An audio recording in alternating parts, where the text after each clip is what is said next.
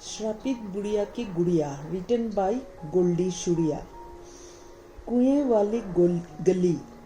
बचपन में जब भी ये गली से गुजरते थे तो एक सिहरन सी शरीर में घूम जाती थी। पीपल के पेड़ के पास पुराना कुआं और उस कुएं के सामने एक पुराना घर। 200 साल से भी ज्यादा वो छोटा सा घर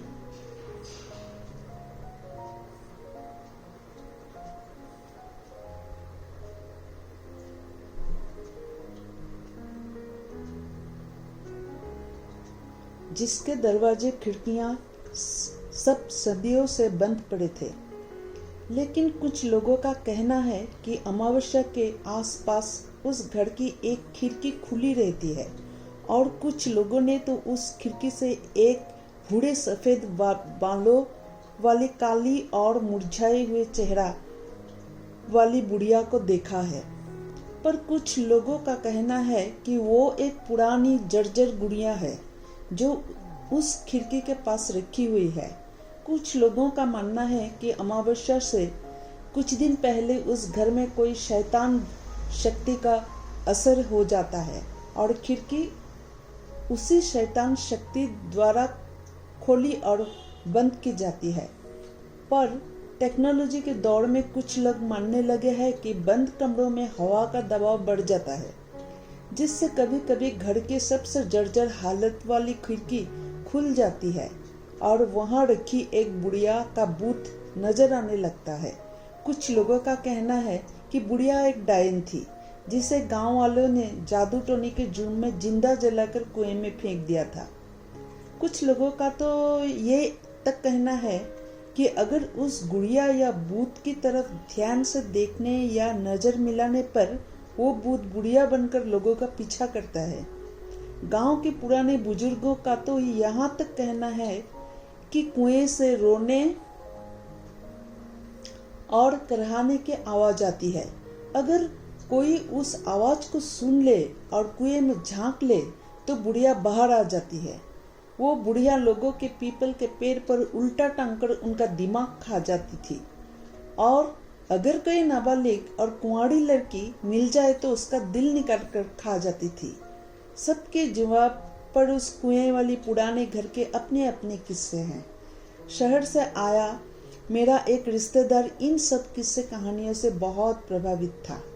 हम लोग 16 वर्ष की उम्र के थे जब उसने मुझे कुएं वाले घर के बारे में पूछा और मुझे वहां लेकर जाने का बोला।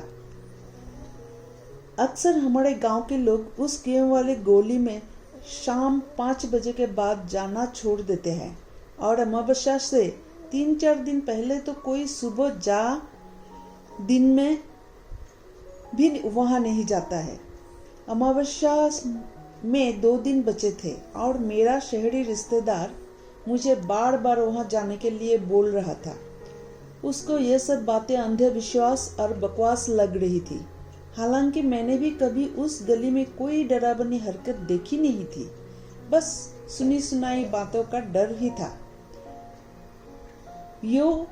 उस गली से गुजरते वक्त मैं बिजली की रफ्तार में भागता था। बहुत ना नुक्कड़ के बाद मैं उसको वहां ले गया। शाम के 6 बजने वाले थे और दिन भी ढल रहा था। हमें कुएं के आसपास या घर के भीतर कोई हरकत नहीं दिखी। मैंने अपने रिश्तेदार को घर वापस जाने के लिए बोला, पर उसने मुझे नजरअंदाज करते हुए 2-4 पत्थर लेकर कुएं और घर की खिड़की पर मार दिए। मेरे शरीर में एक सिहरन सा पैदा हो गई। फिर जैसा ही उसका मन उब गया तो हम लोग घर जाने के लिए वापस मुड़े। तभी एक रोने की आवाज कुएं से आने लगी। धीरे आवाज बढ़ने लगी। मैं थर-थर कांपने लगा। मेरे पैर जमीन पर सिल गए थे। मैं वहां से भागना चाहता था पर मेरे पैर हिल ही नहीं रहे थे। आवाज और जोर जोर से बढ़ने लगी और तभी मेरा रिश्तेदार धीरे धीरे कुएं की तरफ बढ़ने लगा। मैं उसको रोकना चाहता था पर मेरे मुंह से आवाज ही नहीं निकल रही थी।